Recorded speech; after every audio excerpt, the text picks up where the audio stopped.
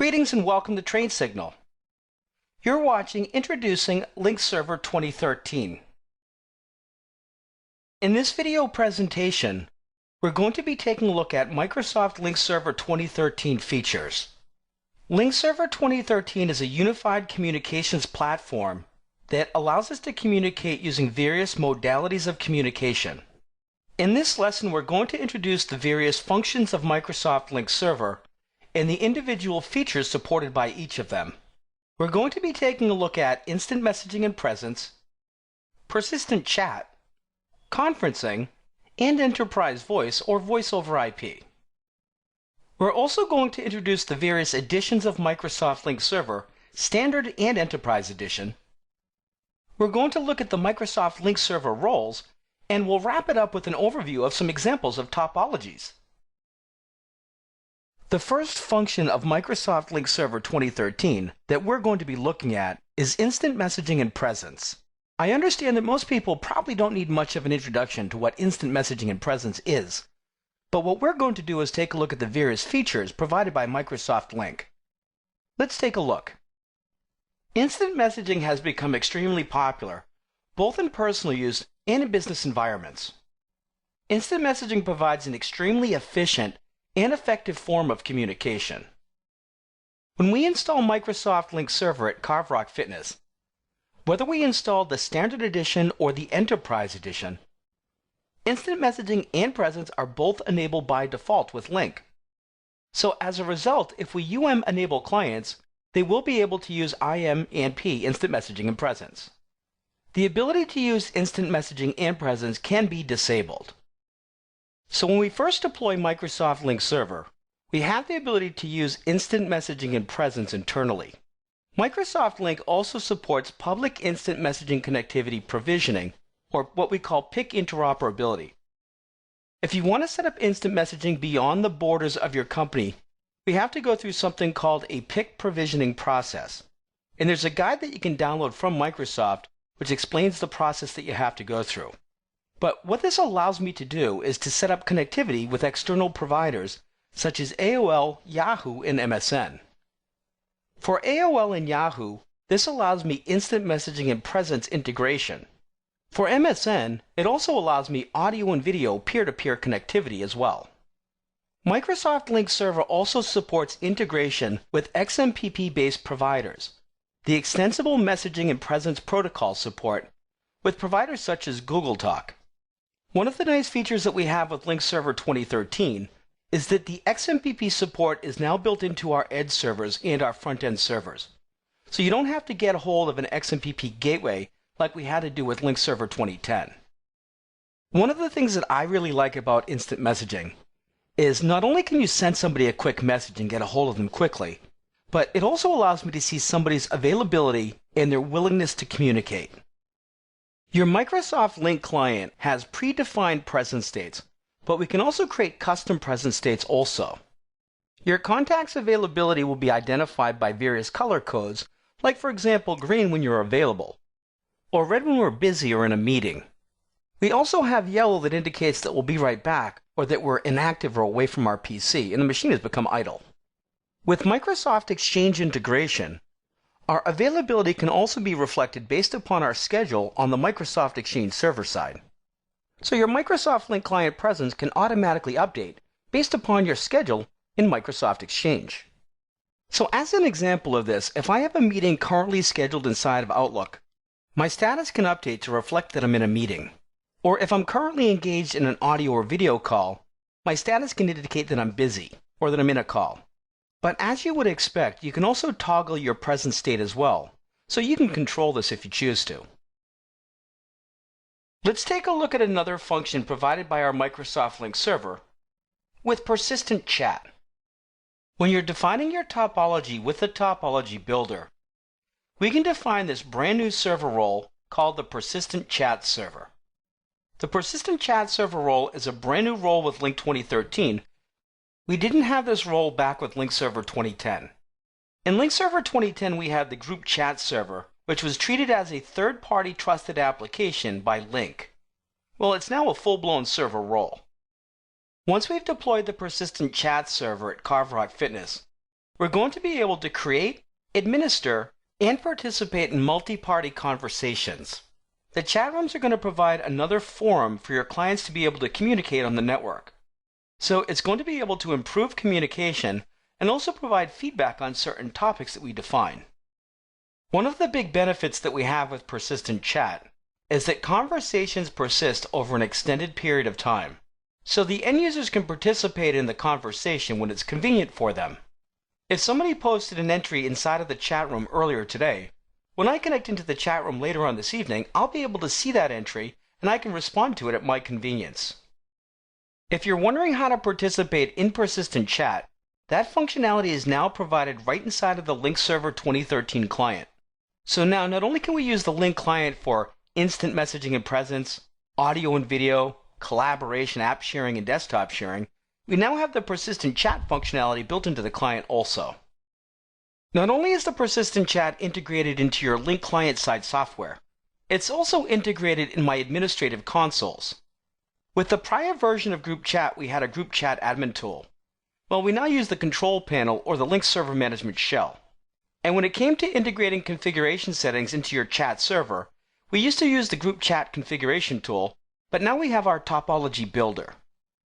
At Carvrog Fitness, when we first started to evaluate Microsoft Lync Server 2013, one of the factors that helped guide our choice into setting up Microsoft Lync on-premise is that persistent chat server is not available in Microsoft Office 365.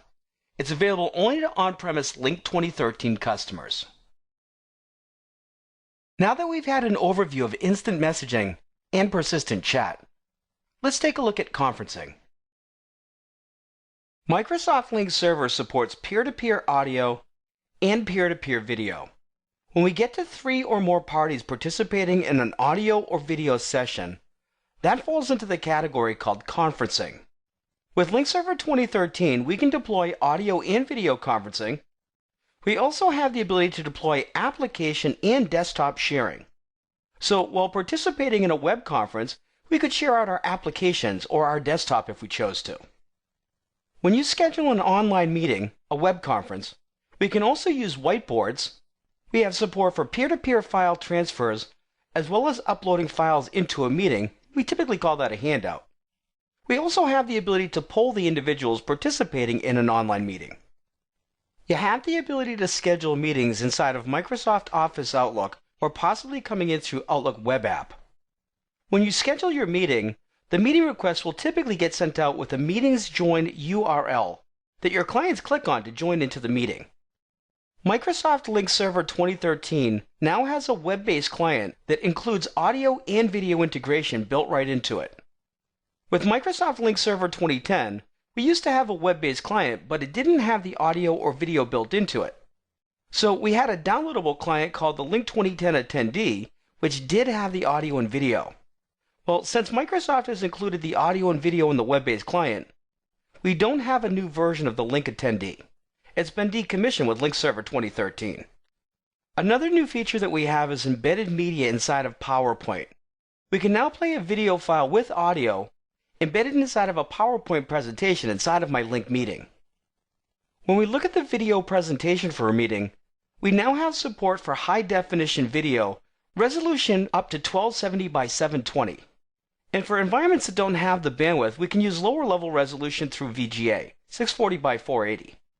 Another new feature that I'm kind of fond of is being able to spotlight a video stream during a presentation.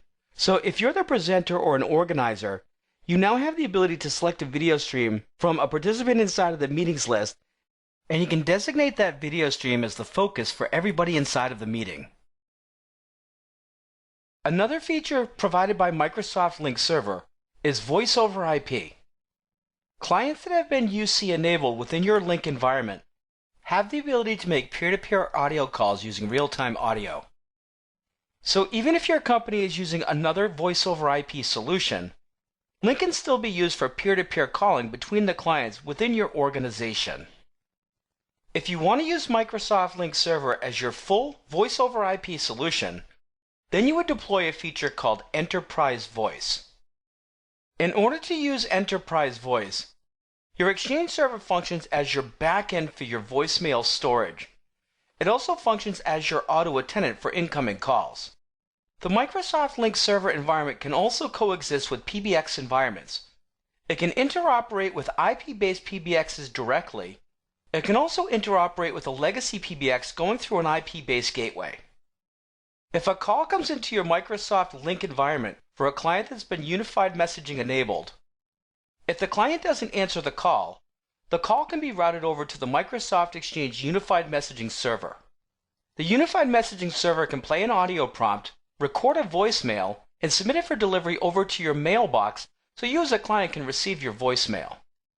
The Unified Messaging Server can also notify the client of missed calls and new voicemails. When you have clients within your Lync environment that have been enterprise voice enabled, they can place calls to other users by name or number. They also have support for all of your basic call handling. You can put calls on hold, you can transfer calls, you can even park calls if call park has been enabled. When a call comes into our number, we can also have the call ring on multiple phones simultaneously. Another nice feature typically used by executives is called delegation.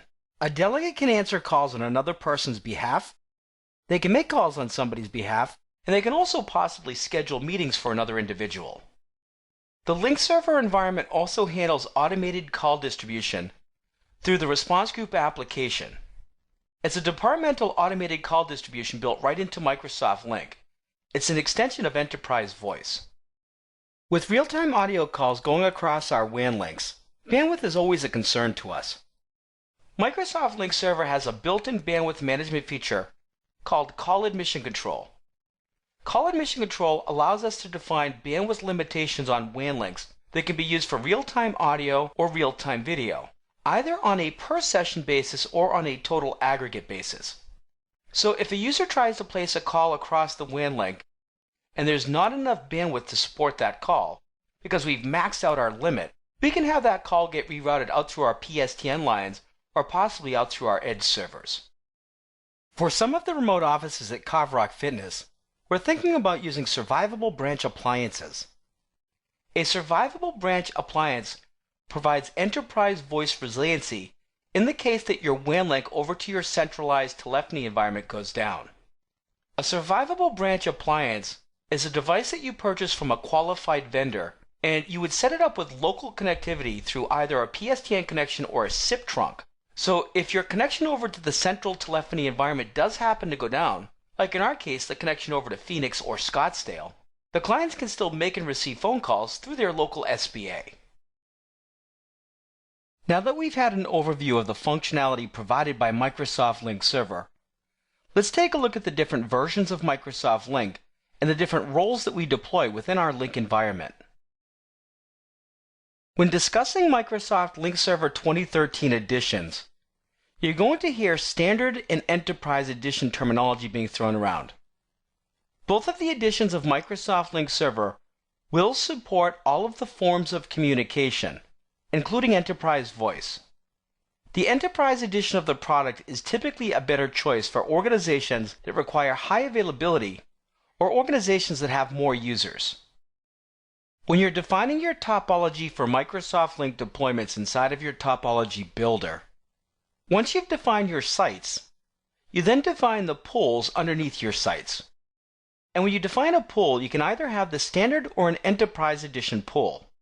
The Standard Edition will support all of the forms of communication, but it only allows you to set up a single server within that pool. So the Standard Edition of Microsoft Lync is a single server, so if that one server goes down, the clients that are hosted on that server encounter some form of an outage.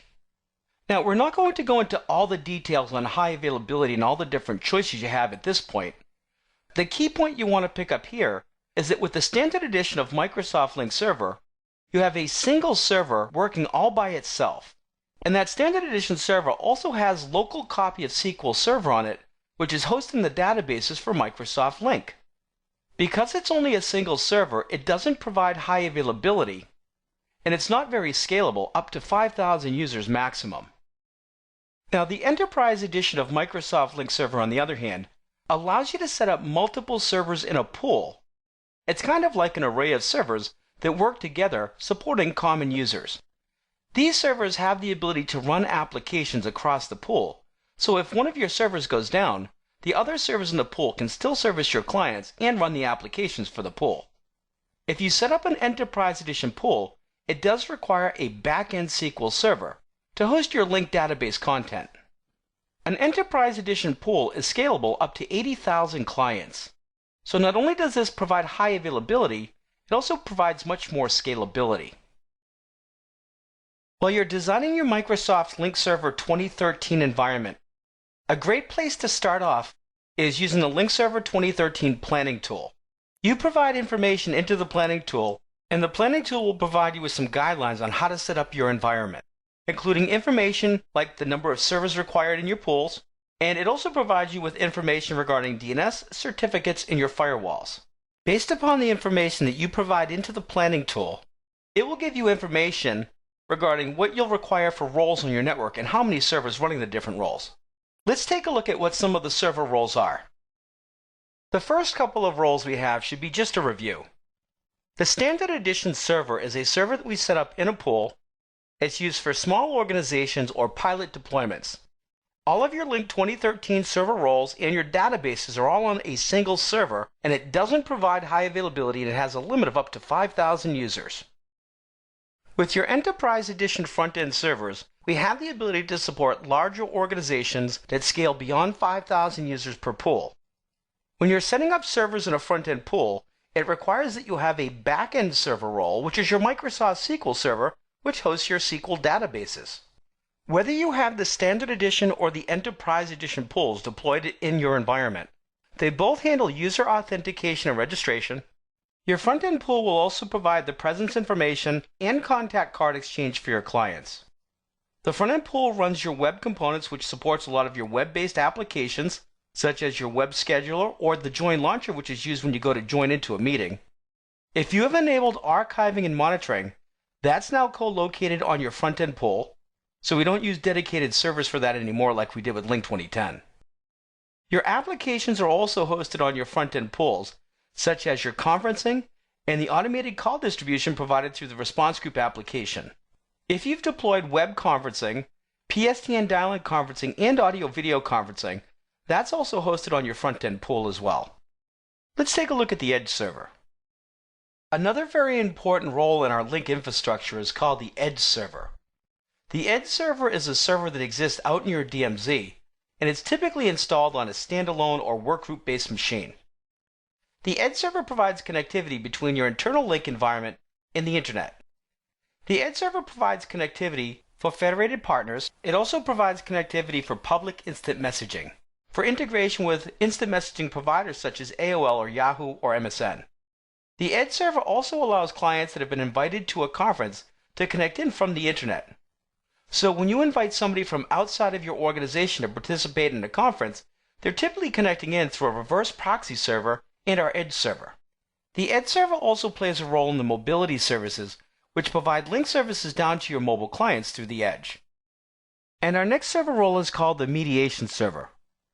The mediation server role is required if you set up enterprise voice or dial-in conferencing. The mediation server typically translates signaling and codecs coming in from our gateways. So the mediation server is the server role that handles the communication with an IP-based PBX, a PSTN gateway, or a session border controller with your SIP trunk connections. When you run the mediation server role, it can either be co-located on your front-end servers. It can also run in a dedicated pool for more scalability. Lync Server 2013 also has a role which is called the Director server. The Director role is an optional role that has become de-emphasized with Lync Server 2013. If you're using a Director, for clients inside of your organization, it can provide authentication and registration, and more specifically referrals over to the primary and backup registrar pools for your clients.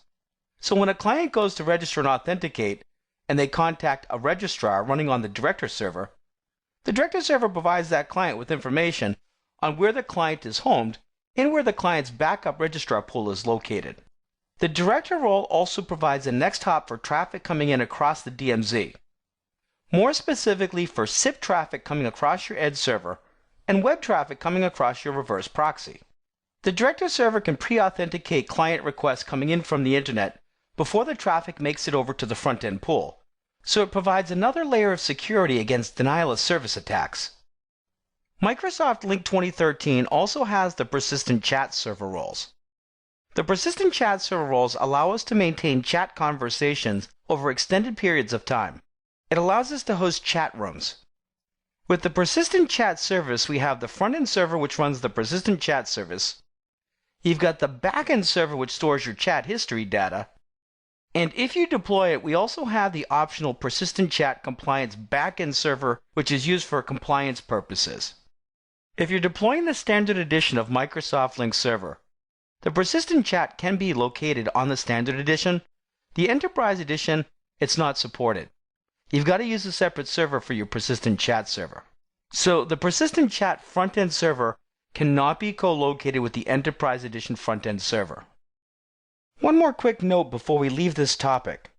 If you deploy the Microsoft Lync Server 2013 archiving or monitoring roles, well, these roles are now co-located on your front-end servers, so they're not really dedicated roles anymore.